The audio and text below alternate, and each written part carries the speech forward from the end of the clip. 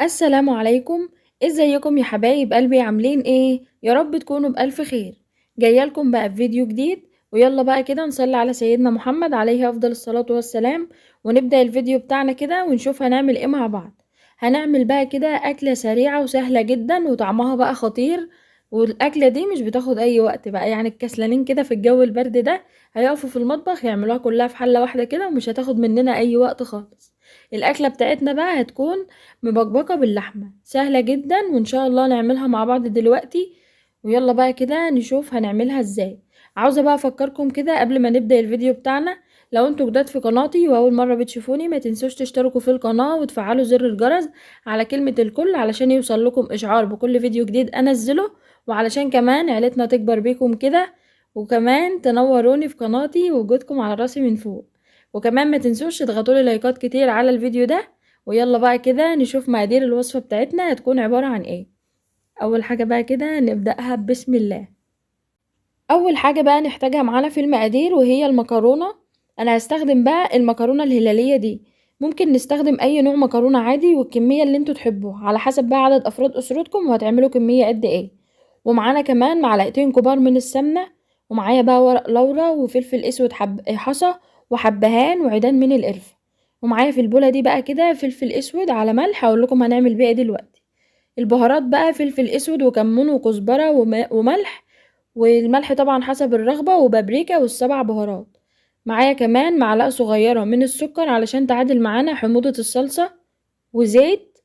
وفي البولة بقى التانية دي كده بصل مقطعه لي مكعبات صغننة بالشكل ده، وفصين مفرومين من التوم. ومعانا بقى كمان صلصة طماطم بالشكل ده كده،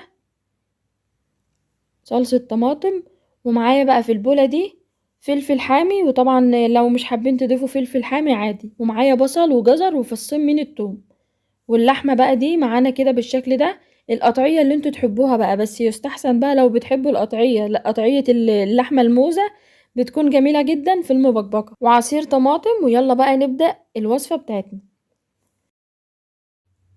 اول حاجة بقى كده هنعملها وهي اللحمة، هنجيب بقى اللحمة بتاعتنا كده ونرش عليها رشة من الفلفل الاسود والملح، ونعمل لها كده مساج بالفلفل الاسود والملح على الوشين بالشكل ده كده. وجبنا بقى كده مجهزين البهارات الصحيحة والجزر والبصل وفصين الثوم والسمنة، وعملنا بقى مساج للحمة بالشكل ده كده. هنيجي بقى كده هنجيب حلة كده ونحطها بقى على البوتاجاز بالشكل ده كده،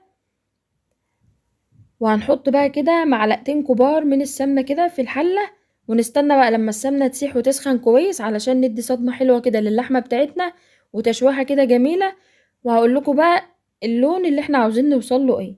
عاوزين نديلها لون جميل كده علشان تطلع معانا في الاخر طعمها حلو بالشكل ده كده. هنا بقى كده اللي اخدت لون قلبتها على الوش التاني بالشكل ده كده. ده بقى اللون اللي احنا عاوزين نوصل له في اللحمة بتاعتنا. هنا بقى بعد ما خلاص اللحمة بتاعتنا جهزت واخدت التشويحة الحلوة واللون الجميل ده، هنبدأ بقى نشيلها في طبق كده بالشكل ده كده. هنجيب بقى نفس الحلة اللي احنا شوحنا فيها اللحمة ونحطها تاني على النار، ونضيف فيها بقى البصل والجزر وفصين الثوم والبهارات الصحيحة اللي هي الورق اللورا والعيدان القرفة والفلفل الاسود الحصى وكمان الحبهان، ونديلهم بقى تشويحة حلوة كده لحد ما نشم ريحة البهارات الحلوة دي. بعد كده بقى هنضيف عليهم مية مغلية بالشكل ده كده. اللي وصل معايا لحد هنا بقى في الفيديو ما تنسوش تضغطوا اللايك بقى كده يا حلوين، وتسلم ايديكم. هنا بقى كده هنضيف اللحمة بعد ما ضفنا المية المغلية، هنضيف اللحمة على طول. نديلها تقليبة بقى كده، واي رغاوي او اي ريم هيطلع معانا على الوش كده هنشيله لحد ما نلاقي الوش رايق معانا كده.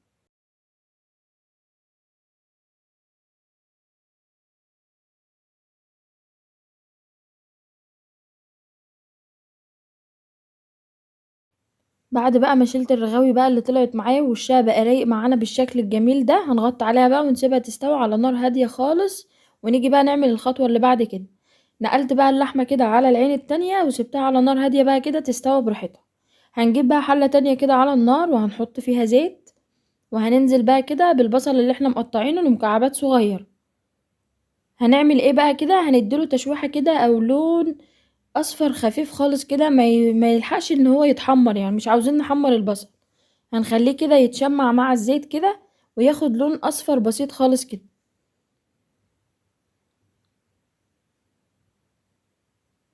هننزل بقى كده بفصّين التوم المفرومين ونقلّب برضه كلّه مع بعضه، ونضيف بقى كده الفلفل الحامي وندّي له تشويحة كده مع البصل والتوم.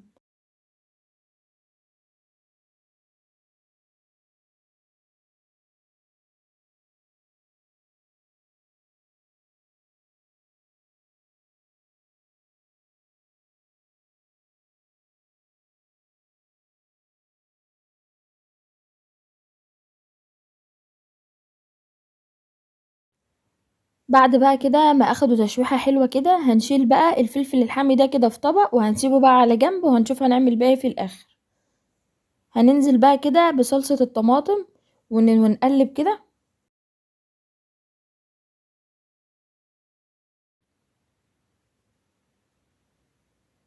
هنضيف بقى كده عصير الطماطم ونقلّبهم بقى مع بعض كده. نضيف بقى البهارات اللي إحنا قُلنا عليها في أول الفيديو، ونضيف كمان السكر. السكر هنا بقى مهم جدًا علشان يعادل حموضة الصلصة معانا. ندّي لهم بقى تقليبة حلوة كده، ونغطي بقى لحد ما الصلصة دي كده تتسبك وتبقى جاهزة معانا. هنا بقى كده خلاص الصلصة بعد ما اتسبكت معانا بقى وقوامها تقل بالشكل ده كده، هنا كده أنا حسيت إن الصلصة زيادة فشِلت بقى منها طبق، ما استخدمتش كمية الصلصة دي كلها. هنا اللحمة بقى كده كانت خلاص استوت بقى بالشكل ده كده، هاضبّط لها بقى الملح بتاعها، وضبّطت لها الملح بتاعها، لأ كنت ضبّطت لها الملح بتاعها. هنبدأ بقى نطلّع اللحمة من الشوربة بالشكل ده كده. هاجيب بقى مصفى وأبدأ بقى أضيف الشوربة على الصلصة بتاعتنا بالشكل ده كده. بعد بقى ما ضفنا كمية الشوربة كده على الصلصة، هنبدأ بقى نضيف المكرونة ونقلّب تقليبة حلوة كده، ونضيف بقى اللحمة ونقلّب برضه، وهاغطّي بقى عليها كده وتعالوا بقى اسمعوا صوت البكبكة بتاعة الجمال والحلاوة دي.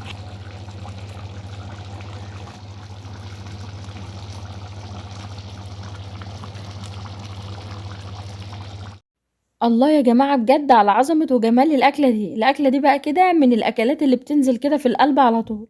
هاقدّمها بقى معاكم ويالّا نشوف بقى شكلها في النهاية هيكون عامل إزاي.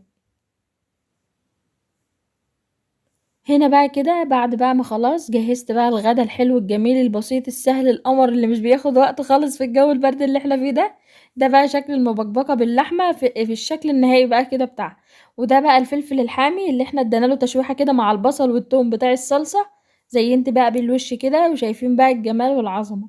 ما تنسوش بقى تجرّبوا الوصفة دي على طريقتي وتيجوا تقولوا لي رأيكم إيه في الكومنتات وقولوا لي كمان بتعملوها إزاي، وبكده نكون بقى وصلنا لآخر الفيديو بتاعنا. ربنا يحسن ما بين إيديكم يا رب ودمتم في رعاية الله.